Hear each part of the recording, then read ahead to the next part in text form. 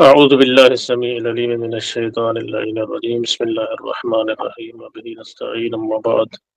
فقد قال الله سبحانه وتعالى في كلامه المجيد وفرقانه الحميد وهو أصدق الصادقين وقوله الحق بسم الله الرحمن الرحيم فلولا نفر من كل فرقة منهم طائفة ليتفقهوا في الدين ولينذروا قومهم إذا رجعوا إليهم لعلهم يحذرون صدق الله العلي العظيم ہماری گفتگو منہاج الصالحین کی پہلی جلد جو کتاب التقلید کے اندر تھی، مسئلہ نمبر 26 ہم نے کل کمپلیٹ کر لیا تھا، 27 کا کچھ حصہ رہ گیا تو جو بھی ہم نے مکمل کرنا ہے۔ تو یہ جو منہاج الصالحین ہے یہ تقریباً ہر مرجع اور مجتہد کی طرف سے یہ لکھی ہوئی کتاب ہوتی ہے، جس میں تمام کے تمام مسائل کو تفسیر کے ساتھ انہوں نے لکھا ہوتا ہے، کیونکہ ہمارے ہاں پاکستان یا انڈیا میں توضیح المسائل زیادہ چلتی ہے، یہ اس کا ترجمہ ہے، لیکن یہ اس کا ترجمہ بہت ہی زیادہ خلاصے کے ساتھ ہے، یعنی بہت ہی مختصر۔ تو اس لیے پھر ہم منہاج الصالحین کو شروع کر چکے ہیں۔ اس میں مسئلہ نمبر آج ہم نے انشاءاللہ 27 جو پڑھنا ہے، اس کا جو کچھ حصہ رہ گیا تھا، اس میں جو ہم نے پڑھا ہے اس میں یہ تھا کہ اگر کوئی نقل کرنے والا، اگر کوئی مسئلہ بتانے والا، کوئی مولانا صاحب یا کوئی بھی انسان اگر کوئی مجتہد کے فتوے کو نقل کرتا ہے، لیکن وہ فتویٰ نقل جو کر رہا ہے وہ مجتہد کے فتوے کے خلاف ہو، اس کا فتویٰ کچھ اور ہو اور نقل کچھ اور اس نے کیا ہو، تو کیا صورتحال بنے گی؟ تو اس پر احتیاط کی بنا پر واجب تھا کہ وہ سامع کو جس کو یہ اس نے مسئلہ پہلے بتایا تھا اور غلط مسئلہ بتایا، اس کو وہ بتائے، کلیئر کرے کہ یہ مسئلہ آیت اللہ فلاں کا اس طرح ہے، اس طرح جس طرح میں نے پہلے بتایا ہے اس طرح نہیں ہے۔ پھر ہم نے کہا تھا کہ اس میں ایک صورت ایسی بھی ہے جس میں بتانا ضروری نہیں ہے، مثلا اس نے کسی مستحب چیز کے بارے میں اگر بتایا ہے، اس وقت واجب ہے کہ جب اس کا اثر ہو،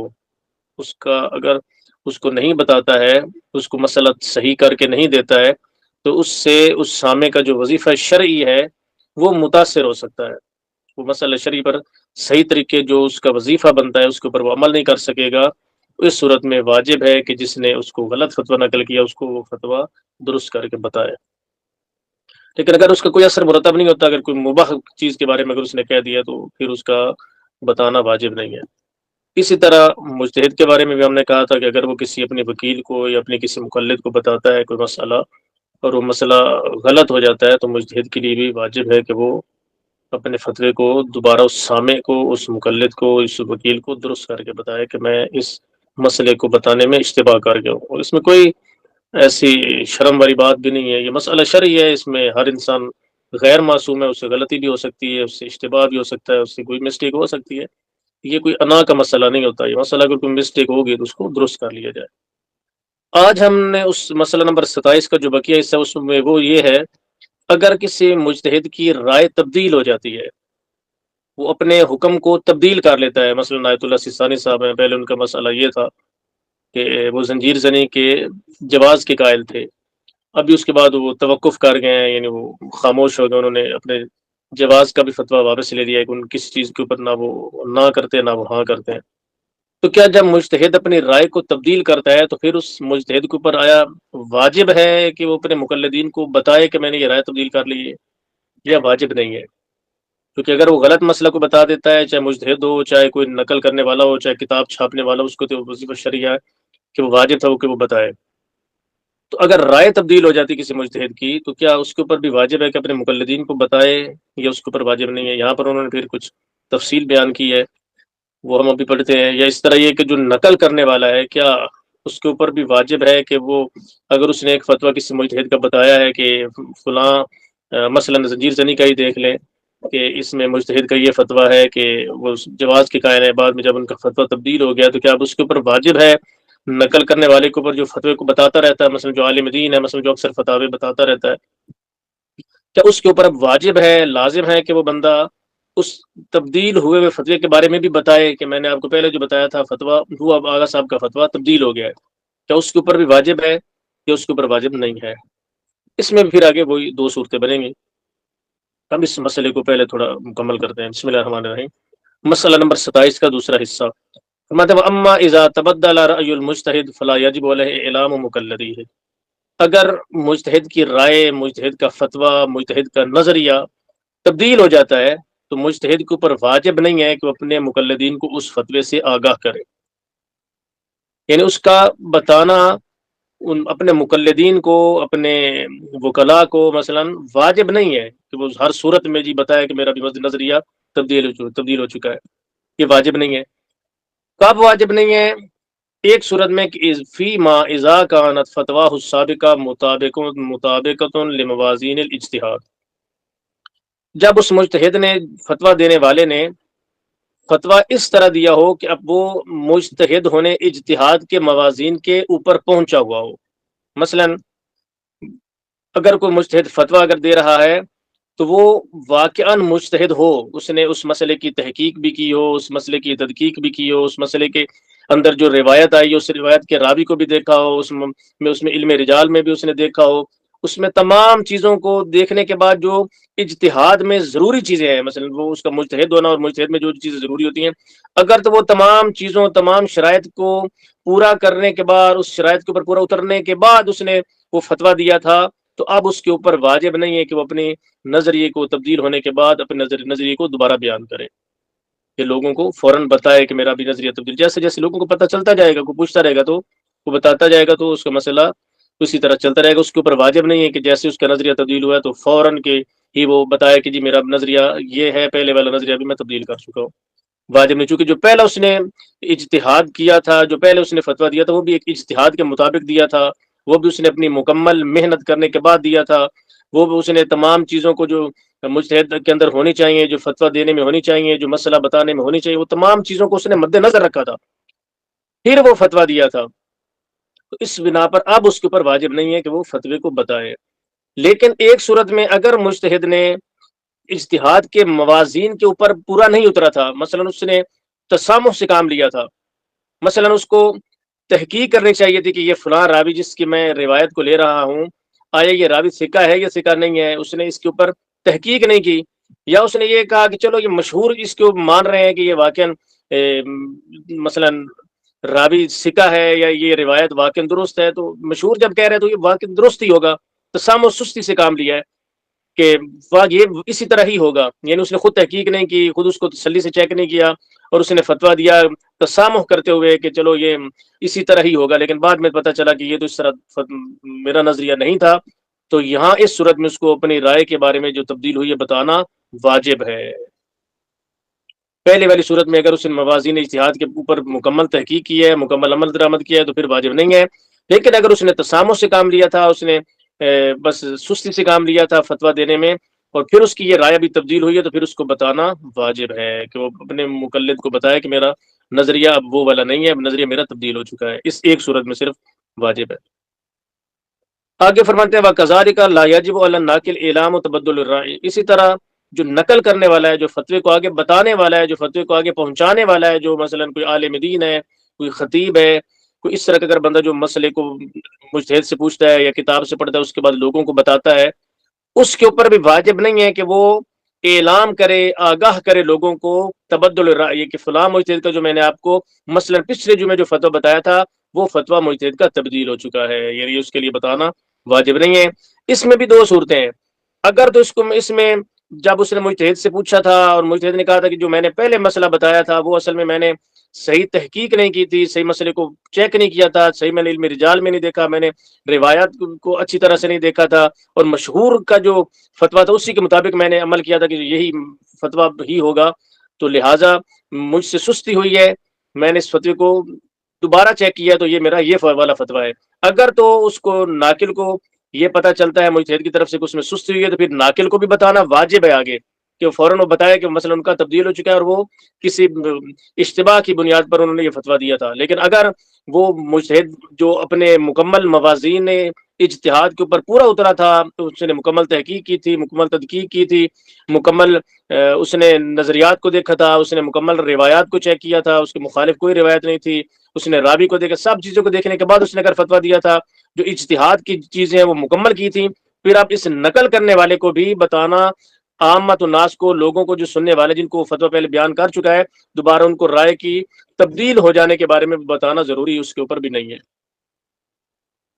یہ تھا مسئلہ نمبر 27، یہ اپنا مکمل ہو گیا۔ ابھی مسئلہ نمبر 28، مسئلہ نمبر 28 میں یہ چیز ہے کہ جب دو نقل کرنے والے بندے ہوں، مثلا دو عالم دین ہیں، دونوں مثلا سٹیج پر پڑھنے والے ہیں، دونوں مثلا جمعہ پڑھانے والے ایسے لوگ ہیں، اور دو بندے الگ الگ فتویٰ بیان کرتے ہیں۔ آیت اللہ سیستانی صاحب کے فتوے کے بارے میں مثلا وہ کہتے ہیں، ایک بندہ کہتا ہے جی آیت اللہ سیستانی صاحب کا فتویٰ یہ ہے کہ جس طرح حافظ بشیر صاحب کا فتویٰ ہے جی کہ وہ کہتے ہیں کہ صرف غسل جنابت کے بعد جو ہے وہ وضو کی ضرورت نہیں ہوتی، باقی جو غسل ہے اس کے بعد آپ کو وضو کرنے کی ضرورت پڑے گی۔ دوسرا نقل کرنے والا کہتا نہیں جی آیت اللہ سیستانی صاحب کا یہی فتویٰ ہے کہ چاہے وہ غسل جنابت کرے، چاہے غسل حیض، غسل نفاس، کوئی بھی غسل کرتا ہے یہ والا غسل، تو اس کے اوپر ضروری نہیں ہے کہ بعد میں نماز کے لیے وضو کرے۔ تو اب یہ دو بندے نقل کرنے والے ہیں، دو بندے فتوے کو، مجتہد کے فتوے کو لوگوں کو بتانے والے ہیں، ان میں تعارض ہو گیا ہے، ٹکراؤ پیدا ہو گیا، ابھی ایک کچھ کہہ رہا ہے دوسرا کچھ کہہ رہا ہے، تو ابھی ہم کیا کریں؟ جب تعارض پیدا ہو جائے دو نقل کرنے والوں کے درمیان، دو لوگوں کو فتویٰ بتانے والوں کے درمیان مجتہد کے فتوے کے بارے میں تعارض ہو جائے، ٹکراؤ ہو جائے، تو پھر کیا کرنا چاہیے؟ اس میں اگر تو اوکلا جو عقل مند مثلا شعور والے لوگ ہیں، اگر تو اس موازین کے اوپر جس کا فتویٰ نقل کرنے والے کی نقل پوری اتر رہی ہے تو پھر اس کی بات کو تو مانا جائے گا، اس کو مقدم کیا جائے گا۔ جو عام بندہ ایک مثلا ایسے ہی بس بات کر دیتا ہے، اس کی بات کو نہیں مانا جائے گا۔ تو ضروری ہے کہ چونکہ قرائن وکلائیہ ایک غیر وکلائی ہوتے ہیں، ایک قرائن وکلائے ہوتے ہیں، ایک قرائن غیر وکلائی ہوتے ہیں۔ غیر وکلائی کیا ہوتے ہیں؟ مثلا ایک بندہ کسی عالم دین کی محبت میں اتنا گرفتار ہے کہ اس کی وہ ہر بات کو درست سمجھتا ہے، نہیں جی بس جو یہ مولانا صاحب نے کہہ دیا بالکل یہ صحیح کہہ دیا، تو وہاں پر وہ پھر وکلائی کرینے کے اوپر نہیں جائے گا کہ لوگ کیا کہتے ہیں اس بارے، وہ بس اپنے اس کی محبت ہے، اس محبت میں اس طرح وہ ڈوبا ہو کہتا ہے بس جو یہ بندہ کہتا ہے نا یہ بالکل صحیح کہتا ہے۔ تو یہ قرائن وکلائی نہیں ہوتی، یہ قرائن غیر وکلائی ہوتے ہیں۔ تو اوکلائی یہ ہوتا ہے کہ جس میں تمام اوکلا ایک بات کو درست سمجھتے ہوں، تو اگر تو اس کے مطابق اس کا فتویٰ بتانے والے کا اگر بندہ پورا اترتا ہے تو پھر تو ضروری ہے کہ اسی کی بات کو مان لیا جائے۔ یعنی ان میں سے جو بندہ فعلاً اچھا بندہ ہے، قرائن وکلائی کے ذریعے بتا رہا اس میں، تو پھر اسی کی بات کو ماننا جائے کہ اس میں کوئی اشکال نہیں ہے۔ لیکن اگر ایسا نہ ہو، پتہ نہ چل رہا ہو، تو پھر کیا کرنا چاہیے؟ پھر مجتہد سے معلوم کرنا چاہیے، مجتہد سے معلوم کرنا ضروری ہے، یا پھر احتیاط پر عمل کرے گا، یا پھر کسی دوسرے مجتہد کی طرف چلا جائے گا، جس طرح ہم نے پہلے بھی پیچھے تفصیل بیان کی تھی کہ کب دوسرے مجتہد کی طرف اس کو جانا ضروری ہے۔ جب دونوں مجتہدوں کا آپس میں علم برابر ہو تو آپ اس میں کسی بھی مجتہد کی طرف جا سکتے ہیں، وہ پوری ہم نے تفصیل بیان کی تھی۔ پھر اگر علم برابر نہیں ہے تو ہم دیکھیں گے کہ تو اس کا تقویٰ کس کا برابر ہے فتویٰ دینے میں، یا وہ پوری ایک ہم نے تفصیل بیان کی تھی۔ اگر یہ ساری چیزیں بھی نہ ہوں تو پھر کیا کرنا چاہیے؟ اس واقعے کو، اس چیز کو مؤخر کر دینا چاہیے جب تک کہ وہ معلوم نہ کر لے۔ مثلا وہ بندہ مضاربے کے اوپر پیسے دینا چاہتا ہے کسی کو، اور اس کو کسی نے بتایا کہ بھائی یہ جو مضاربے کے اوپر تو پیسے دینا چاہتا ہے یہ تو سود ہے، یہ جو تو اضافی پیسہ لے گا یہ تو سود کے زمرے میں آتا ہے۔ ایک بندے نے کہا جی آپ اگر آیت اللہ مثلا سیستانی صاحب کا فتویٰ ہے کہ اگر آپ مضاربے کے اوپر پیسے دیتے ہیں اور اگر جنس کو تبدیل کر دیتے ہیں، مثلا دیتے آپ ڈالر ہیں واپس آپ روپے لیتے ہیں، تو وہ پھر وہ بے شک زیادہ بھی لے لیں تو اس میں کوئی حرج نہیں ہے، جنس تبدیل ہو گئی ہے۔ اگر تو اس میں اب ایک نے کہا ہے کہ نہیں جی ان کا فتویٰ یہ نہیں ہے، دوسرے نے کہا جی ان کا یہ فتویٰ ہے پر یہاں پر یہ ہو رہا ہے، اگر تو آپ کے لیے ممکن ہو تو آپ معلوم کریں مجتہد سے، ان سے جا کر پتہ کریں، لیکن اگر آپ کے لیے ممکن نہ ہو تو پھر آپ اس کام کو مؤخر کر دیں، اس معاملے کو آپ فی الحال ترک کر دیں، چھوڑ دیں، کہ جب تک آپ کو معلومات درست طریقے سے نہ مل جائیں اس کے جواز کے اوپر یا عدم جواز کے اوپر، اس کے مطابق اس وقت تک آپ کو رک جانا چاہیے، آپ اس مسائل کو آگے نہ پوچھیں اور نہ آگے پھیلائیں جب تک کہ آپ کے پاس اس کا درست معلومات نہ آ جائے۔ اچھا ابھی ہم پڑھتے ہیں، بسم اللہ الرحمن الرحیم۔ مسئلہ نمبر 28، مسئلہ نمبر 28 تقلید کے اندر، اذا تعارض الناقلان فی فتوی المجتہد، جب دو نقل کرنے والوں کے درمیان، جو مجتہد کے فتوے کو نقل کرنے والے بندے ہیں، اب دو لوگوں کے درمیان کوئی تعارض پیدا ہو جائے، کوئی ٹکراؤ پیدا ہو جائے، کوئی ایک دوسرے کے خلاف آ جائے، ایک کچھ کہہ رہا ہو ایک دوسرا کچھ کہہ رہا ہو، اگر یہ چیز پیدا ہو جائے تو فإن حصل الاطمینان، اگر تو آپ کو اطمینان حاصل ہو جائے، بکون ما نقل ہو احدہما ہوا فتویٰ فعلا، یعنی آپ کو کیا اطمینان حاصل ہو جائے کہ یہ جو زید نے فتوے کو جو نقل کیا ہے نا، یہ درست فتوے کو اس نے نقل کیا ہے، یہ بندہ اچھا ہے، اس نے فتوے کو جو نقل کیا ہے یہ درست ہے۔ اگر تو آپ کو یہ اطمینان حاصل ہو جائے، یہ یقین حاصل ہو جائے تو فلا اشکال، اس میں تو کوئی اشکال نہیں ہے، پھر آپ اسی کے مطابق عمل کر لیں۔ یعنی فإن حصل الاطمینان، اگر آپ کو اطمینان حاصل ہو جائے، اور اطمینان کیسے حاصل ہو؟ الناشئ من تجمیع القرائن العقلائیہ، ایسی چیزوں سے آپ کو اطمینان حاصل ہو جو پیدا ہوتا ہے تمام عقلائی قرینے کو جمع کرنے کے بعد۔ جو عقلاء جس چیز کو معتبر سمجھتے ہیں، ان تمام چیزوں کو اگر آپ جمع کریں تو اس سے جو اطمینان انسان کو حاصل ہوتا ہے، جو یقین حاصل ہو جاتا ہے، اگر تو ان تمام عقلائی چیزوں کے اوپر وہ پورا اترتا ہے تو پھر آپ کو یقین ہو جاتا ہے کہ یہ جو زید بات کر رہا ہے یہ بالکل درست بات کر رہا ہے، اور جو یہ دوسرا انسان جو زید کے مقابلے میں جو بات کو کر رہا ہے اس کی بات درست نہیں ہے۔ تو جس کی بات کے درست ہونے کے بارے میں آپ کو اطمینان حاصل ہو جائے، اسی کی بات کے اوپر آپ کو عمل کرنا ضروری ہے۔ اس میں فرماتے ہیں اگر اس کو اطمینان ہو جائے کہ زید جو بات کر رہا ہے یہ فعلا اس وقت اس مسئلے کے اندر یہ بات بالکل درست کر رہا ہے، تو فلا اشکال، اس میں کوئی اشکال نہیں، اس کے اوپر آپ کو عمل کرنا ہے، بس ٹھیک ہے، آپ اسی کے بات کے اوپر عمل کریں۔ وَإِلَّا، اگر آپ کو اطمینان حاصل نہیں ہوتا، اگر آپ کو یقین حاصل نہیں ہوتا، اطمینان حاصل نہیں ہوتا، آپ مشوش ہیں، زید بھی وہی بات کر رہا ہے، زید کے ساتھ جو دوسرا بندہ ہے وہ بھی وہی بات کر رہا ہے، آپ کو کوئی اطمینان حاصل نہیں ہوتا، فَإِن لَمْ يُمْكِنُ الْإِسْتِعْلَامُ مِنَ الْمُجْتَهِدِ، اور یہ بھی آپ کے لیے ممکن نہیں ہے کہ آپ مجتہد سے معلوم کر لیں، مجتہد سے پتہ کر لیں کہ اس میں سے جو بات کر رہا ہے اس میں سے کون سا آپ کا فتویٰ درست ہے، جو زید کہہ رہا ہے یا جو زید کا باپ کہہ رہا ہے اس میں سے کس کی بات درست ہے۔ اب آپ کے لیے ممکن نہیں ہے آپ معلوم کریں مجتہد سے، کسی کو کہہ کر ڈائریکٹ کسی بھی صورت میں، اگر آپ کے لیے ممکن نہیں ہے تو عمل بالاحتیاط، پھر آپ کے لیے ضروری کہ آپ احتیاط پر عمل کریں، احتیاط پر عمل کریں۔ اور راجع الی غیرہ، اگر احتیاط پر عمل نہیں کرتے تو آپ کسی دوسرے مجتہد کی طرف رجوع کر لیں، وفق ما سبق، اسی تفصیل کے مطابق جو ہم پیچھے بیان کر چکے ہیں کہ اگر وہ دونوں علم میں برابر ہوں تو آپ کسی بھی مجتہد کی تقلید کر سکتے ہیں، کسی کے بھی فتوے کے مطابق آپ عمل کر سکتے ہیں، مکمل تفصیل تھی۔ ورنہ آپ اورا کی طرف جائیں گے، جو اس میں زیادہ اورا ہے، جو فتویٰ دینے میں مثلا زیادہ دقیق انسان ہے، اس کی طرف جائیں گے۔ وہ ہم پیچھے مسئلہ نمبر 9 میں غالباً ہم یہ تفصیل بیان کر کے آ چکے ہیں کہ آپ کو کہاں جانا چاہیے جب مجتہد کے فتوے کے اندر اختلاف ہو جائے یا پتہ نہ چل رہا ہو تو پھر کیا کرنا چاہیے، ہم یہ پیچھے مسئلہ نمبر 8 میں بیان کر چکے ہیں۔ تو رجع الی غیر، غیر کی طرف جائے گا، اس میں وہی تفصیل آئے گی جو مکمل تفصیل ہم پیچھے بیان کو کر چکے ہیں۔ یا تو یہ صورتحال ہے، یا یہ بھی اگر ممکن نہ ہو، یعنی وہ مجتہد سے بھی نہیں پوچھ سکتا، احتیاط پر بھی عمل نہیں کر سکتا، اور رجوع بھی نہیں کرنا چاہتا کسی دوسرے مجتہد کی طرف، وہ چاہتا کہ نہیں حتماً میں اپنے ہی مجتہد کے فتوے کے مطابق عمل کروں، یہ بھی نہیں، تو پھر کیا کرے؟ او اخر الواقعۃ الی حین تمکن من الاستعلام، پھر یہ کرے، اس طرح کرے کہ وہ جس واقعے کے بارے میں فتویٰ سن رہا ہے اس واقعے کو مؤخر کر دے اس وقت تک جب تک اس کے لیے ممکن ہو معلوم کرنا، یعنی جب تک مجتہد سے معلوم کرنا اس کے لیے ممکن ہو اس وقت تک اس وہ واقعے کو مؤخر کر دے، اس کو چھوڑ دے اس وقت تک جب تک کہ وہ معلومات کو درست حاصل نہ کر لے۔ یعنی اس نے مضاربے کے بارے میں اس نے سنا تھا تو مضاربے کو ترک کر دے،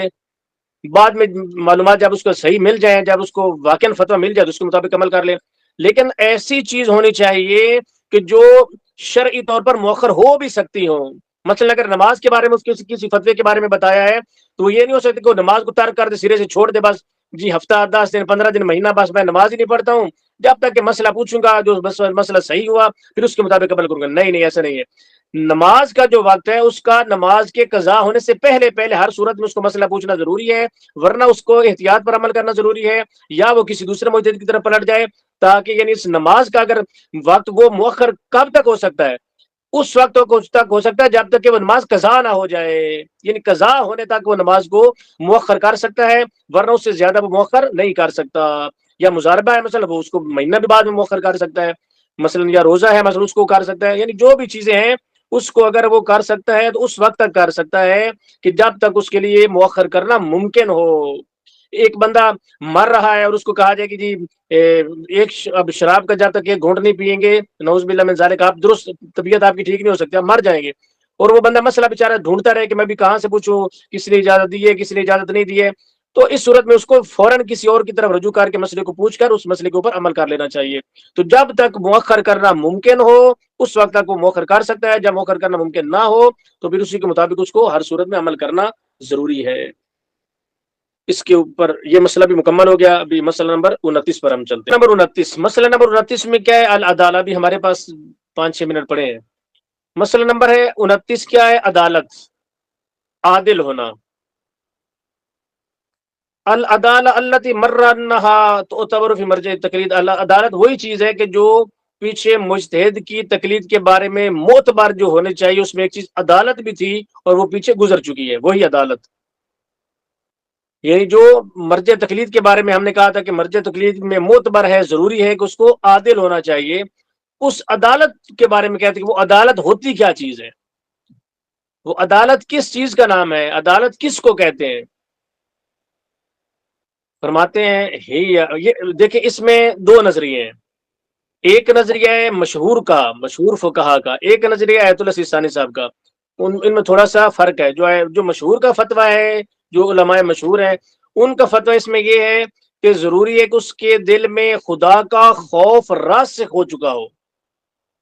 یعنی عادل وہ انسان ہوتا ہے جس کے دل میں خوف خدا بالکل گھر کر چکا ہو، راسخ ہو چکا ہو، اس کو اتنا خدا کا خوف ہو کہ اس کو گناہ کی طرف جانا گوارا ہی نہ ہو، اتنا اس کو خدا کا خوف ہونا چاہیے، راسخ ہو. لیکن آیت اللہ سیستانی صاحب فرماتے ہیں کہ ان کے نزدیک صرف یہی نہیں ہے کہ اس کے دل میں بس خوف خدا ہی داخل ہو چکا ہو تو پھر ہے، ورنہ نہیں. ان کا یہ کیا ہے یہ عدالت کے الاستقامت فی جادت شریعت المقدسۃ الناشئۃ غالبا عن خوف راسخ فی النفس. فرماتے ہیں کہ جو عدالت ہے وہ ایک استقامت کا نام ہے. عدالت کس چیز کا نام ہے؟ استقامت کا نام ہے، ڈٹے رہنے کا نام ہے، قائم رہنا. فی جادت شریعت المقدسہ یعنی شریعت مقدسہ کے اوپر پابند رکھنا، اپنے آپ کو قائم رکھنا اور ڈٹے رہنا شریعت مقدسہ کے اوپر، اس چیز کو کہتے ہیں عدالت. یعنی استقامت ہونی چاہیے شریعت مقدسہ کے اوپر، جو چلنے والی جو چیزیں ہیں، پابندی والی جو چیزیں، اس کے اوپر استقامت کا ہونا، اس کے اوپر وہ قائم رہے، ڈٹا رہے کہ جو شریعت نے بتایا اس کے اوپر اس نے ہر صورت عمل کرنا ہے. یہ چیز عدالت ہے، اس کو عدالت کہتے ہیں کہ تمام واجبات کو انجام دیتا ہو، حرام چیزوں سے بچتا ہو، مباح کو انجام دے سکتا ہو. یعنی اس کے اندر استقامت ہونی چاہیے، وہ مستقل مزاج ہونا چاہیے شریعت مقدسہ کے تمام احکام پر پورا اترنے کے لیے. تو اس کو کہیں گے کہ یہ بندہ اگر